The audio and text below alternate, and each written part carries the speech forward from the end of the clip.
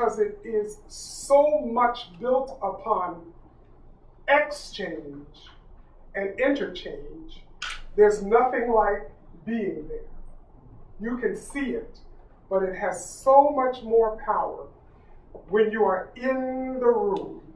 One of the things that I think you touched on is the fact that struggle is common to people of every background.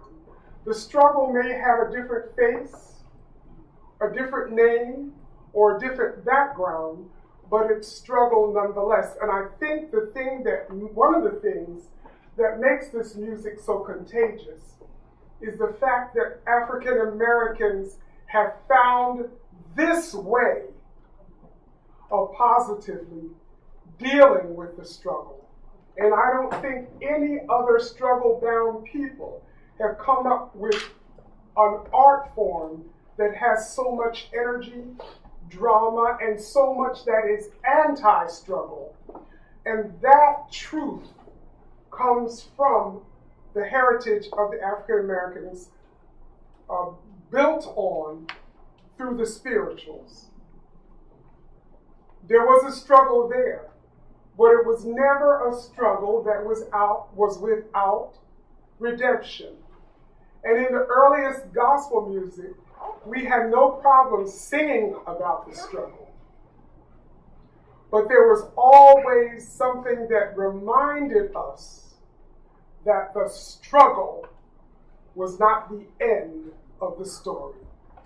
Because we always knew that in spite of all of the battles that we personally and historically may fight and lose, we know who wins the war.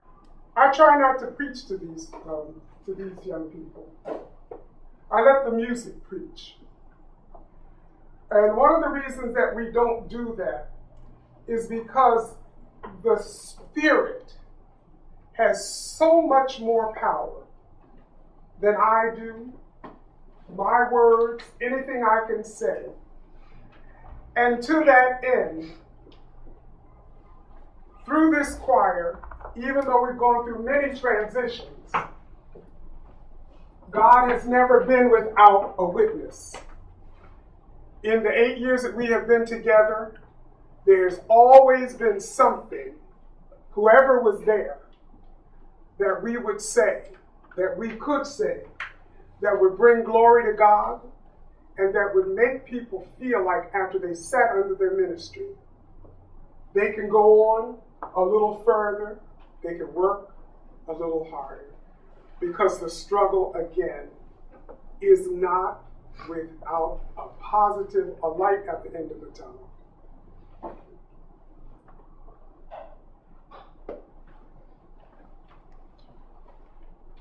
Would any of you like to comment on? I'm going to turn it around. Yeah.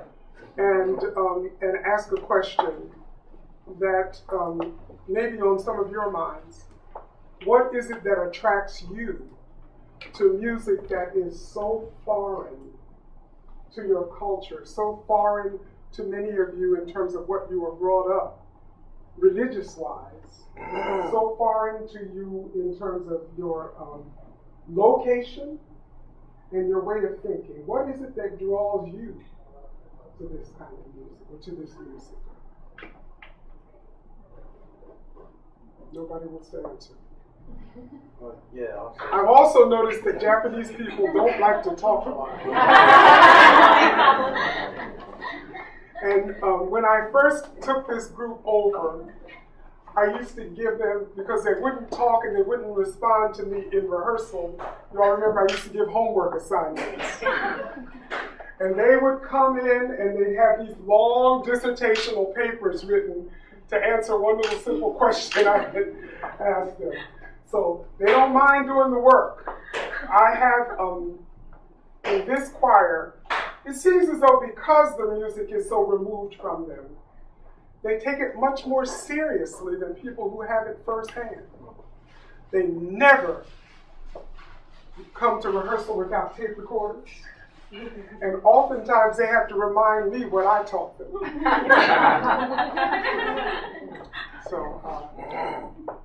it's not an answer, but let me say thank you. Your voice made our mind made open completely to joy.